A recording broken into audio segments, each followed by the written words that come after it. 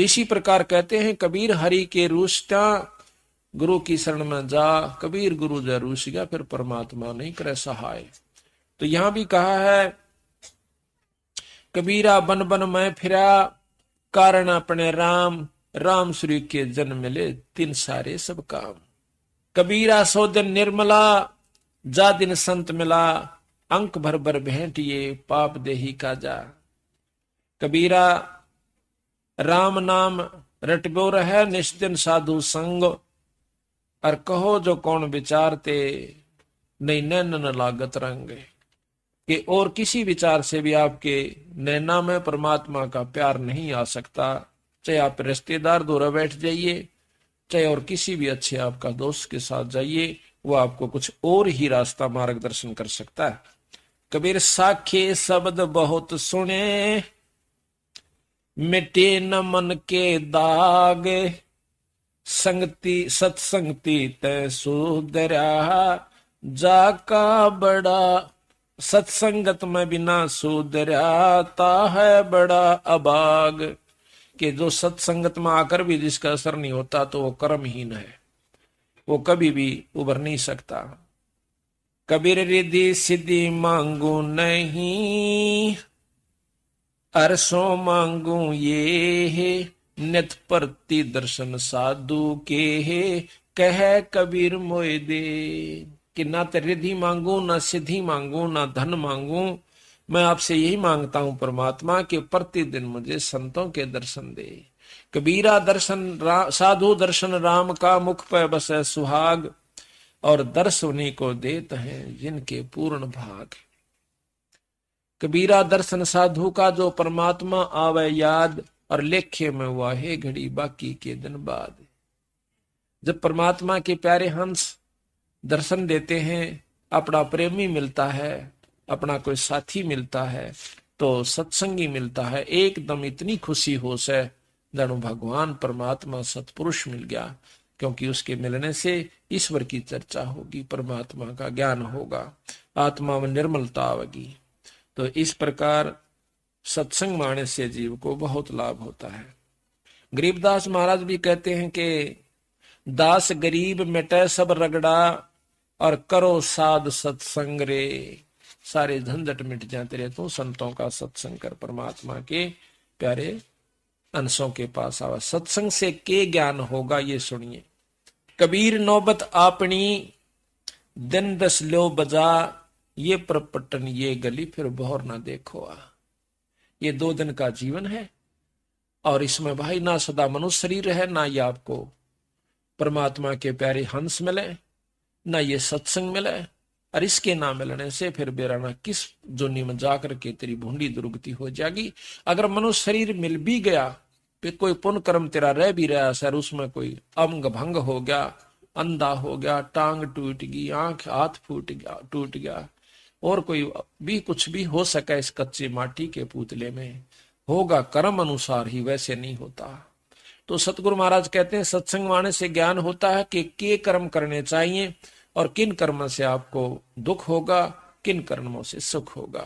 और जिसके ऊपर तू फूला फिर से, ना तेरा बेटा तेरा से, ना तेरी बेटी से, ना पत्नी से, ना पति, ना माता पिता, ना रिश्तेदार, ना ये तेरा जमीन और जायदाद और कोठी जो 3-3 मंजिल की बना रखी है, सारी लिप चिप्स आदि लगा करके, फ्लश सिस्टम बना करके, ये तो अपना 2 दिन के जीवन में गर्मी और सर्दी से बचने के लिए एक ढारा बनाना से, इसने चाहे तो 10 लाख रुपया में बना ले, और चाहे इसने 20,000 30,000 50,000 में बना ले, और चाहे गरीब आदमी अपनी झूठी गाल का टाइम पास कर ले, पर राम बजे पीछा छूटेगा।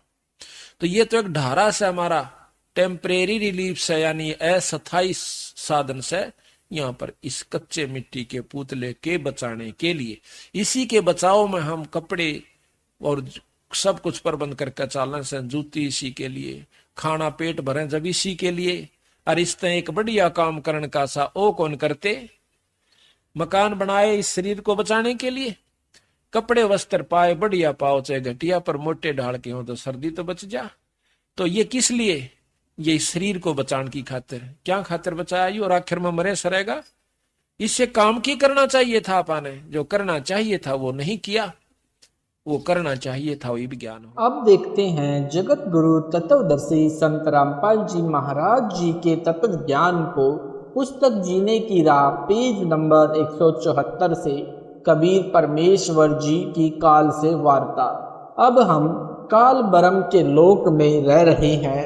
आत्मा के ऊपर स्थूल आदि आदि शरीर चढ़ाकर काल ने जीव बना दिए हैं। इसने जीव को भ्रमित किया है। पूर्ण परमात्मा जो आत्मा का जनक है बुला दिया है। स्वयं को परमात्मा सिद्ध किए है। यह परमात्मा के अंश जीवात्मा को परेशान करता है ताकि परमात्मा दुखी होए। यही मन रूप में प्रत्येक आत्मा के साथ रहता है, गलती करवाता है, दंड जीव आत्मा भोगती है। जैसे शराब आदि आदि नशे की लत लगवाना, बलात्कार करवाना और अन्य पाप करवाना, यह मन की प्रेरणा से काल करवाता है। जब आप जी लेखक यानी संत रामपाल जी से दीक्षा लोगे तब यह सीधा चलेगा, क्योंकि जीवात्मा के साथ परमात्मा की शक्ति रहने लगती है। आत्मा को तत्व ज्ञान से विवेक हो जाता है। परमात्मा की शक्ति के कारण आत्मा दृढ़ हो जाती है। काल ब्रह्म केवल कबीर परमात्मा से डरता है। संत गरीबदास जी ने कहा है, काल डरे करतार से, जय जय जय जगदीश, जोरा जोड़ी झाड़ता पगरज डारे शीस। गरीब काल जो पीसे पीसना, जोरा है पनिहार, ये दो असल मजदूर हैं सतगुरु कबीर के दरबार। भावार्थ स्पष्ट है। परमात्मा कबीर जी हमारी आत्मा को काल जाल से निकालने के लिए प्रयत्न कर रहे हैं। काल ब्रह्म फंसाने का प्रयत्न करता है। आगे के प्रकरण में प्रत्यक्ष प्रमाण है। जब परमेश्वर ने सर्व ब्रह्मांडों की रचना की और अपने लोक में विश्राम करने लगे, उसके बाद हम सभी काल के ब्रह्मांड में रहकर अपना किया हुआ कर्म दंड भोगने लगे और बहुत दुखी रहने लगे। सुख व शांति की खोज में भटकने लगे और हमें अपने निज घर सतलोक की याद सताने लगी तथा वहां जाने के लिए भक्ति प्रारंभ की। किसी ने चारों वेदों को कंठस्थ किया तो कोई उग्र तप करने लगा और हवन यज्ञ ध्यान समाधि आदि क्रियाएं प्रारंभ की, लेकिन अपने निज घर सतलोक नहीं जा सके, क्योंकि उपरोक्त क्रियाएं करने से अगले जन्मों में अच्छे समृद्ध जीवन को प्राप्त होकर, यानी जैसे राजा महाराजा, बड़ा व्यापारी अधिकारी, देव महादेव, सवरद महासवरद आदि वापिस लख 84 भोगने लगे। बहुत परेशान रहने लगे और परमपिता परमेश्वर से प्रार्थना करने लगे कि हे दयालु, हमें निज घर का रास्ता दिखाओ। हम हृदय से आपकी भक्ति करते हैं, आप हमें दर्शन क्यों नहीं दे रहे हो। यह वृतांत कबीर साहिब ने धर्मदास जी को बताते हुए कहा कि धर्मदास, इन जीवों की पुकार सुनकर मैं अपने सतलोक से जोग जीत का रूप बनाकर काल लोक में आया। तब 21वें ब्रह्मांड में, जहाँ काल का निज घर है, वहाँ पर तपतशिला पर जीवों को भून कर सूक्ष्म शरीर से पदार्थ निकाला जा रहा था। मेरे पहुंचने के बाद उन जीवों की जलन समाप्त हो गई।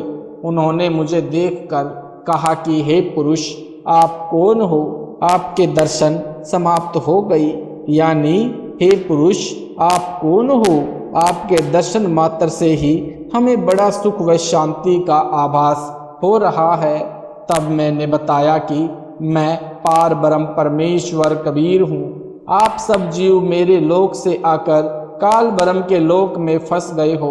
यह काल रोजाना 1 लाख मानव के सूक्ष्म शरीर से पदार्थ निकाल कर खाता है और बाद में नाना प्रकार की योनियों में दंड भोगने के लिए छोड़ देता है।